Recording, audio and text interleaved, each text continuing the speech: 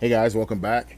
Today we're going to talk about radio. Radio is one of my favorite subjects, and communication is a very important skill to have as a homesteader. And I'll tell you, I consider being a homesteader about the same thing as being a survivalist, meaning homesteading and survivalism really go hand in hand. Now, today we have some pretty troubling times in America. And for most intelligent people, you should be able to at least observe that there are some some things that are going to happen that are a matter of when, not if. That we're already rolling towards certain things, and in fact, we are currently in what can only be described as some form of insurgency in America or insurrection. So, with that being said, talking about problems, let's talk about solutions, right? What kind of problems we have and solutions? Well, everyone's concerned about their loved ones. And communication is something that we're all worried about, especially in a situation where we have a power situation where the power is down or the cellular networks are down, or we cannot depend on the standard systems of communication. And by standard, I mean what we all have grown to accept, the cellular networks and things of that nature. Also, information is key, and sometimes it's just helpful to be able to listen to the radio traffic that is out there. So, we've got a few radios here in front of me, and actually, what this is really about is GMRS radio. Because while we have four radios here, these three radios are ham radios. And I'm a licensed ham radio operator, and that's excellent for me because I can communicate with all kinds of people via ham radio. However, this requires testing and licensing and all of that, frankly, the rest of my family is not going to do. My wife is not going to become a ham radio operator. However, I can get her up to speed on some forms of radio, and that's where GMRS radio comes handy. And GMRS radio is something that you just pay for your license via the FCC, and everyone in your family can use it. This gives you the capability to broadcast at up to 50 watts, which is pretty pretty powerful, especially considering no testing is involved to really prove that you know what you're doing.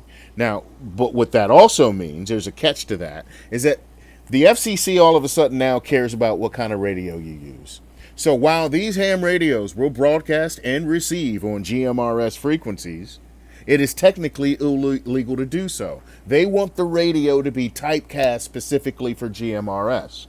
So now we have another problem. Wow, okay, we have a really cool radio. We have a really cool option that we can spend $70 and get a license that covers our entire family. So now we can give our kids radios, we can give our wife radio, we can give anybody in our family a radio. However,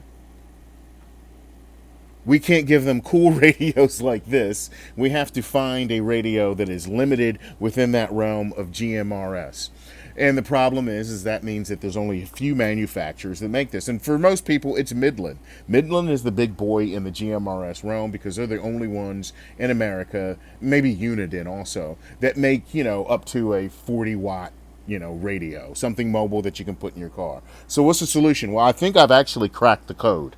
I've actually figured out one of the best options to kind of find a decent GMRS radio that is legal, and that is by finding a commercial radio that utilize the UFH frequency range, which is that let's say 400 to 520 megahertz range, right? Because GMRS is really in the 462s up to 467. So what that means is that these radios, like this Kenwood here, this is a TK8102. This radio was used by, let's say, when you had utility companies, or let's say a cab company, or some kind of a dispatch, or companies that delivery drivers, things of that nature, that tooled around urban areas or what had you, and were dispatched from a central location, and you had different companies would pay for commercial licenses. These radios are excellent for that because all they were was 1, 2, 3, 4, channel 1, channel 2, channel 3, channel 4, and they were only able to be programmed via the one guy back in IT who could program the radio. You could not, from the panel, from the front panel, key in whatever frequency you want. That's what the FCC wants for GMRS. They don't like you using ham radios for GMRS. So the solution that I found was just to go to eBay and try to find used commercial radios. And I think I kind of cracked the code. I found a really cool vendor on eBay. I bought two of these radios for $50 a piece. And he actually programmed them for me, but the programming software in most cases is available online. But the point of it is this is a 45 watt radio that is completely legal for GMRS, and it cost me $50 online. It's made by Kenwood, which is an incredible, great name in radio. It's completely guaranteed. The guy checked it out. Everything, was fine. He probably bought a number of them via auction because they're still available whenever somebody upgraded or got rid of them. So the point I'm trying to make is, and it doesn't even have to be this model, but if you're looking for a solution for GMRS radio and you're thinking, wow, there's only one company I can go to, Midland, right? That's it. There are some other options, and you don't have to pay several $100s. You can go on eBay, find there's Motorola's that are a little bit higher quality, but that are still out there for maybe $125 used, as opposed to spending several $100s on something that may or may not, like this ham radio right here, that even though it's a Chinese radio, still was a couple $100s. $50 for something that is easy to use, that is completely legal for the purposes. I have one of these in my wife's car. It's very easy to tell her how to use it because I can just tell her, go to channel 1, go to channel 2, go to channel 3, go to channel 4. And this actually has 8 channels because it has an upper and a lower, so I can, hit a function button and then you can have 6, 7, or 5, 6, 7, 8, if you will. However, it makes it a heck of a lot easier because, like I said, most of your family members are not going to go out and get a ham radio license. I have a lot of friends now that are really looking for communications options, and they're thinking about getting their ham radio license, but this is a great interim. In the meantime, they're going to they pay the money, they get, $70, they get their FCC license for GMRS, they can give everybody in their family radios. Now, granted, most people still go the Baofeng option. They still grab basically a cheap ham radio, key in the frequency that they need, and just transmit. And for all practical purposes, it's kind of a victimless crime, if you will. However, let's just, you can get yourself in trouble with it if you don't know what you're doing.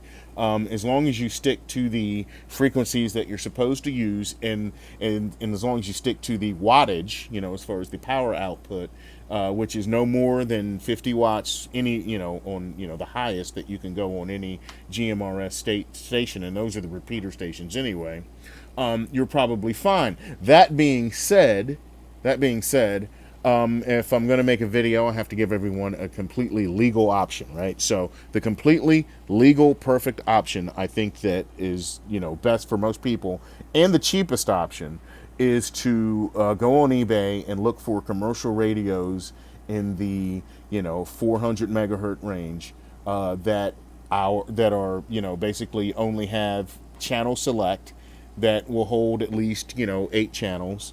They don't have to. There's some 4-channel radios out there that you might be able to get for $20. But check out the wattage as well. Make sure that you're pushing out a good 45 watts.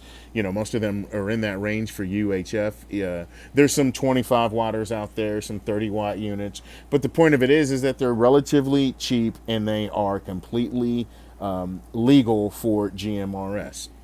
All right, so that is my GMRS advice there. I think I've kind of cracked the code as far as not having to use specifically one manufacturer. That there are some other radios out there. You just have to be a little inventive, but you can still stay technically legal with it. And like I said, it's a lot easier to deal with.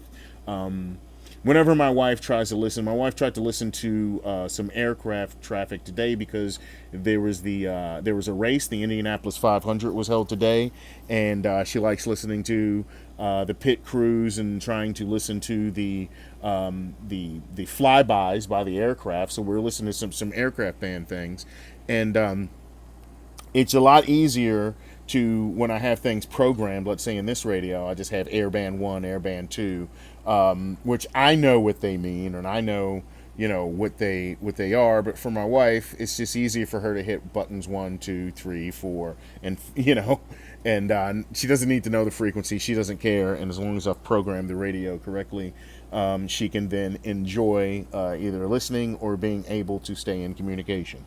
All right, you guys have a good one. We're going to do a lot more with this. We're going to do some more tests. We're going to play around with antennas. Like I said, I've already got one of these installed in my wife's car.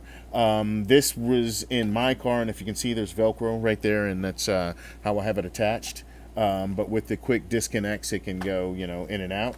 Now, with this being in my car, I've probably already outed myself to tell you that if my wife calls me on this radio that's in her car, and I can hear her on this radio in my car, which is a ham radio, will I respond? Well, of course I'll respond with this, probably. But technically, it's not within the letter of the law. I should have this radio in my car as well, or something like it, and then respond on that radio, which seems kind of ridiculous. But I'm just trying to give you guys a good option. All right, you guys have a good one, and stay safe.